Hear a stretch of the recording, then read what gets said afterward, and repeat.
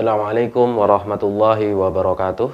Jumpa lagi di acara Fikreatif Membaca, di channel Fikreatif Membaca. Kita akan lanjutkan pembacaan buku Matahari Terbit di Kota Bengawan, tulisan dari Dr. Muhammad Ali dan Syifaul Arifin. Kita telah sampai di bagian ketiga, pelopor gerakan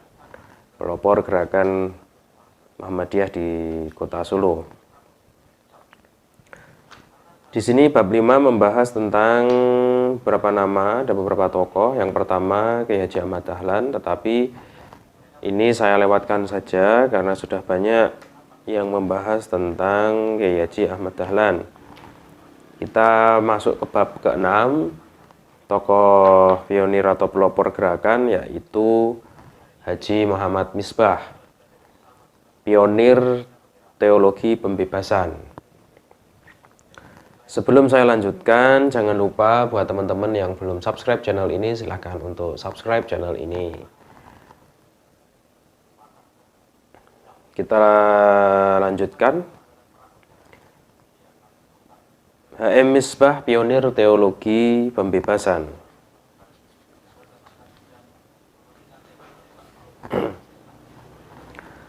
Tidak ada tokoh pergerakan nasional yang sekontroversial HM Misbah.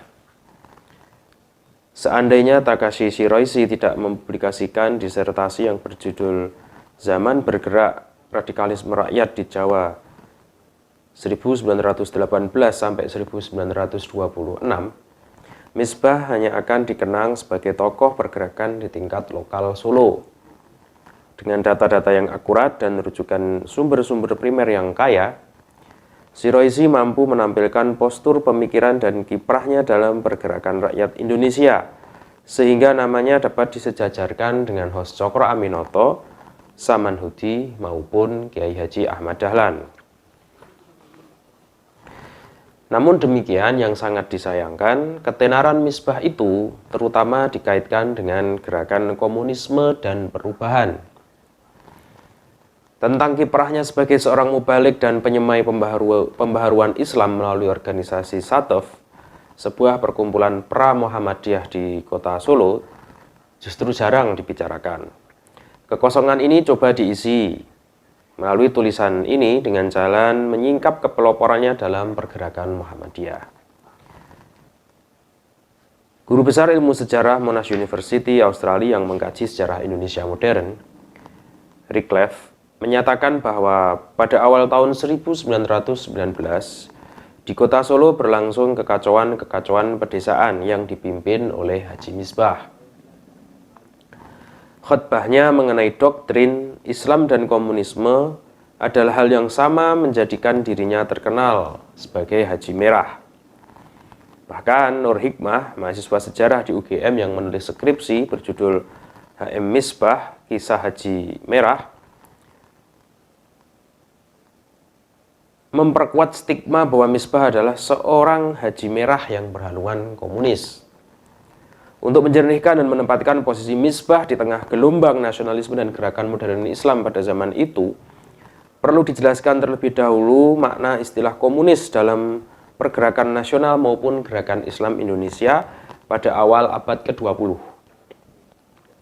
Sebagaimana dikatakan Delianur, makna komunisme dalam konteks gerakan Islam pada abad ke-20 lebih bermakna gerakan perlawanan terhadap penjajah kolonial Belanda secara radikal.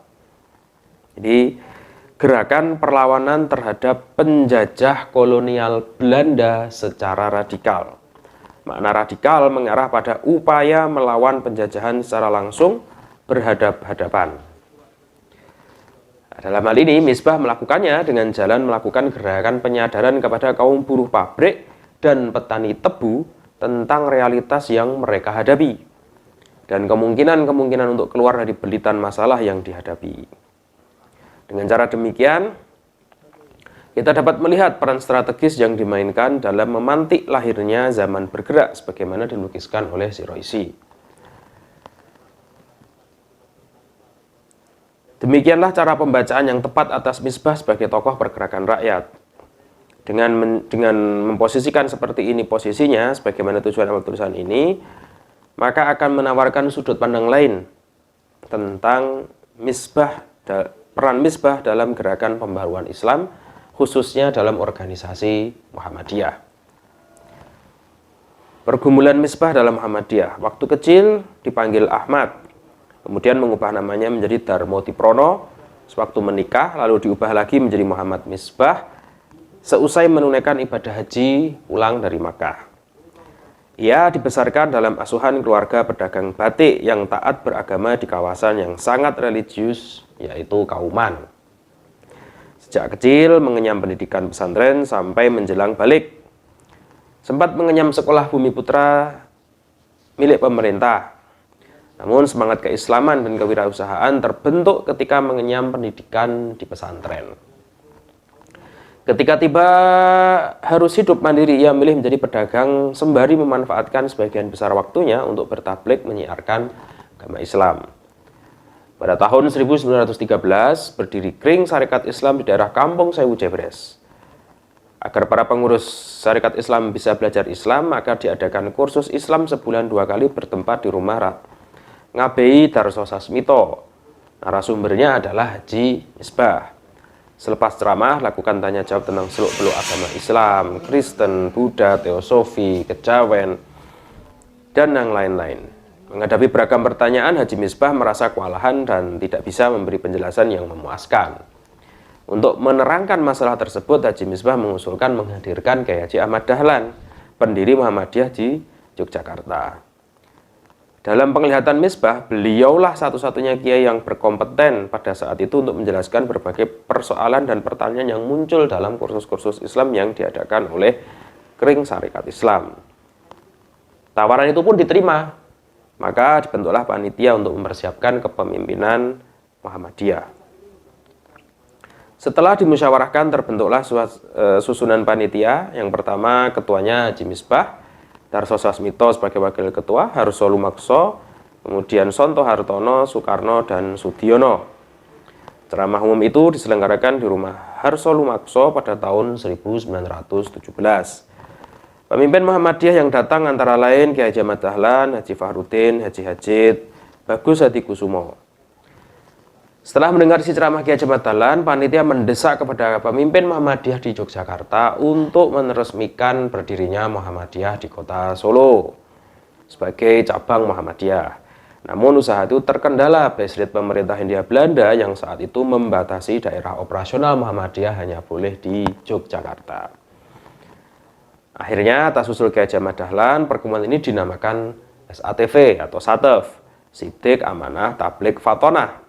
Anggotanya kemudian ditambah Abu Thoyyib, Martodi Harjo, Mangku Taruno, dan Mukhtar Bukhori. Ketuanya Haji Misbah. Pada tahun 1918, gerakan politik radikal di Solo semakin menguat. Haji Misbah sangat berminat dengan model gerakan politik radikal seperti itu. Oleh karena itu, ia berusaha membawa gerbang SATV atau SATEF untuk terjun langsung ke kancah radikalisme politik. Kiai Haji Ahmad Dahlan lebih memilih organisasinya melalui jalur kultural. Melihat kenyataan tidak adanya dukungan dari kawan-kawan SATV, Misbah berbalik haluan dan menyatakan mundur dari jabatan ketua. Meskipun mundur, ia masih menjadi mubalik SATV atau SATEF. Kegigihan Haji Misbah melawan penindasan penghisapan kapitalisme penjajah Belanda melalui gerakan politik radikal pada akhirnya mengantarkannya ke pembuangan.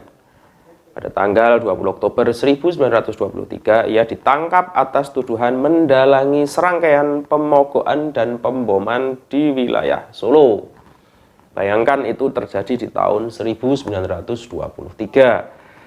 Sebuah pengadilan yang direkayasa memvonis keterlibatan Haji Misbah lalu dilanjutkan dengan pembuangannya ke Manokwari pada bulan Juli 1924 disertai istri dan 3 anaknya. Sebelum dibuang ke Manokwari, Misbah sempat menghadiri Kongres Muhammadiyah tahun 1922 dan diberi kesempatan oleh Kiai Ahmad Dahlan untuk menyampaikan pidato. Dalam pidatonya, Misbah tetap mengajak pimpinan Muhammadiyah untuk memilih gerakan politik radikal dalam melawan kolonialisme Belanda. Perjuangan seperti ini oleh Misbah ia sebut dengan konsep Islam sejati. Ajakan Misbah yang disampaikan dengan penuh semangat dan berapi-api tidak mampu menggoyahkan peserta kongres. Muhammadiyah tetap memilih memberdayakan rakyat, memperjuangkan melalui jalur kultural. Sementara itu, sejak tahun 1919, kedudukan Misbah sebagai ketua SCTV digantikan oleh Kiai Muchtar Bukhori, seorang kiai muda yang cukup sangat energik, didukung penguasaan ilmu keagamaan dan kemampuan menulis. Meskipun sejak tahun 1921 Muhammadiyah boleh mendirikan di luar Yogyakarta, akan tetapi baru pada tahun 1923 Satef bertransformasi menjadi Muhammadiyah cabang Solo. Dengan demikian, Haji Misbah tidak bisa menyaksikan berdirinya Muhammadiyah cabang Solo karena sudah berada di pembuangan di Manowari. Namun, di tempat yang baru ini, ia juga berusaha menyemai kembali Muhammadiyah. Sebuah tulisan dari Muhammad Amin Eli di Suara Muhammadiyah pada edisi nomor 20/61 Oktober 1981 mencatat bahwa Misbah juga membuka jalan bagi Persyarikatan Muhammadiyah di Indonesia bagian timur, khususnya wilayah Manokwari, Merauke, dan Maluku. Karena dari wilayah ini kemudian Muhammadiyah merembes ke daerah di Indonesia bagian timur yang lain. Untuk menghidupi keluarga selama masa pembuangan, Misbah melakukan perdagangan. Melalui jalur perdagangan inilah ia mengenal dan berinteraksi dengan Muhammad Abu Qasim, pimpinan firma Abdullah Lee di Ambon. Melalui dia, Misbah memesan Suara Muhammadiyah dan majalah Adil.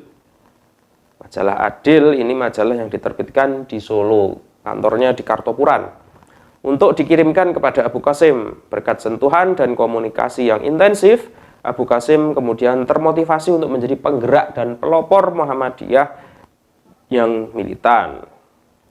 Karena belum ada cabang Muhammadiyah di wilayah ini, maka Abu Qasim kemudian tergerak untuk merintis Muhammadiyah di wilayah Maluku. Pada tahun 1932, Muhammadiyah cabang Maluku pun berhasil didirikan. Muhammad Abu Qasim menjadi ketuanya. Sekali lagi di sini Misbah tidak sempat melihat pertumbuhan Muhammadiyah Maluku. Sebab pada bulan Mei 1926, beliau meninggal dunia karena terserang malaria. Ia dimakamkan di Manokwari dekat makam istrinya. Setelah kita menelusuri liku-liku pergumulan Misbah dalam gerakan Muhammadiyah, dapat ditarik benang merah bahwa keterpautannya dengan gerakan modernis Islam itu tidak pernah terputus sampai beliau meninggal. Misbah laksana layang-layang yang terus terbang meliuk-liuk di tengah gelombang angkasa, namun benangnya tidak pernah putus.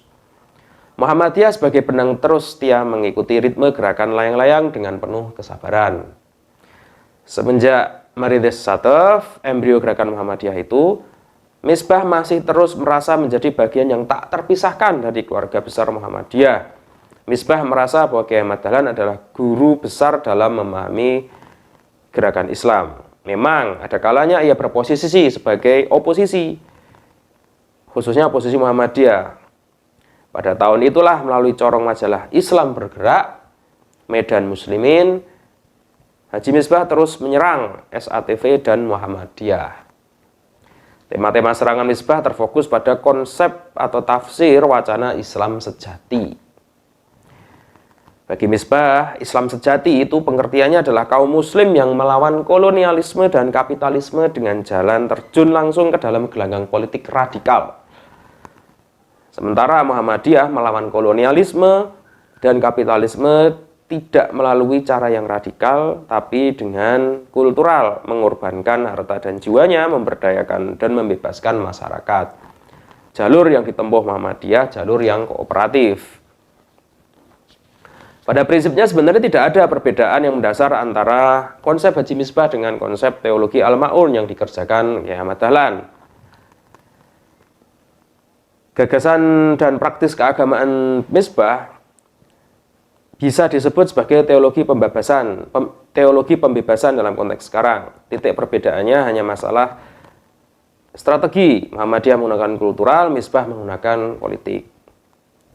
Membandingkan teologi Al-Ma'un Dahlan dengan teologi pembebasan Misbah adalah wilayah kajian yang menantang dan membutuhkan tempat tersendiri. Pada kesempatan ini, maksud awal subjudul di atas hanya akan menelusuri teologi pembebasan Al-Misbah. Ketika mengalami pembuangan di Manokwari sejak Oktober 1123 sampai meninggalnya, Misbah berusaha merenung dan merefleksikan apa yang dilakukan selama itu. Kemudian semasa pembuangan inilah ia berusaha merumuskan ideologi dan strategi gerakannya melalui 3 penerbitan berturut-turut, yaitu majalah Medan Muslimin menurunkan tulisan tentang Islam dan komunisme. Sekali lagi, istilah komunisme yang pada masa itu dipahami adalah sebagai gerakan politik radikal, bukan gerakan anti agama. Berbeda dengan konsep komunisme pada kemunculannya setelah Indonesia merdeka. Dalam artikel Islam dan Komunisme, Misbah berusaha meyakinkan pembaca Medan Muslimin baik dari kalangan muslim maupun kaum Marxis, Islam sejati sama dengan komunis sejati. Islam sejati itu sama dengan komunis sejati. Keduanya sama-sama melawan kolonialisme dan kapitalisme dan memihak kaum tertindas. Kaum muslim yang tidak memihak kaum tertindas disebut sebagai Islam lamisan. Di sebelah lain, kaum komunis yang menentang agama Islam disebut sebagai komunis lamisan. Ia menawarkan sintesis Islam dan komunisme sebagai modus dan strategi perjuangan melawan kolonialis kapitalisme. Usaha Misbah untuk mensintesakan Islam dan komunisme ditolak dan tidak bisa diterima baik oleh kalangan ulama maupun kalangan komunis.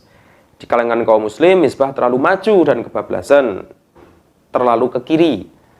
Di sebelah lain, di mata kaum komunis, Misbah terlalu dianggap mengotori doktrin komunis yang anti agama pada perkembangannya.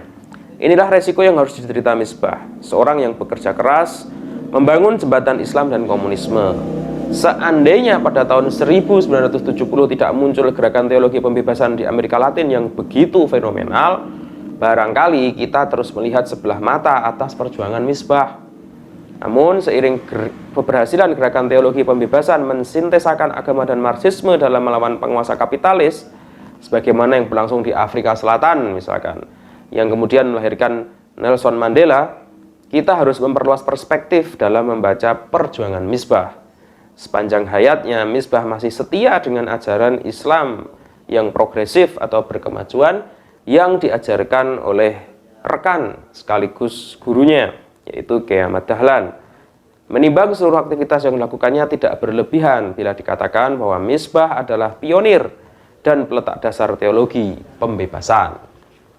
Dan bisa dikatakan juga Misbah adalah orang yang merintis, salah satu orang atau pelopor yang merintis berdirinya Muhammadiyah di kota Solo. Baik, untuk kali ini kita cukupkan sekian terlebih dahulu. Kita akan lanjutkan pada pembahasan berikutnya tentang pelopor gerakan Muhammadiyah di Solo yang lain, yaitu Kiai Muchtar Bukhori. Baik, jangan lupa bagi Anda yang belum subscribe untuk subscribe channel ini, dan bagi Anda yang sudah subscribe channel ini dan menyimak video ini, jangan lupa untuk memberikan like serta komentar pada kolom di bawah. Dan jangan lupa untuk share kepada teman rekan sejawat Anda. Terima kasih dari saya. Wassalamualaikum warahmatullahi wabarakatuh.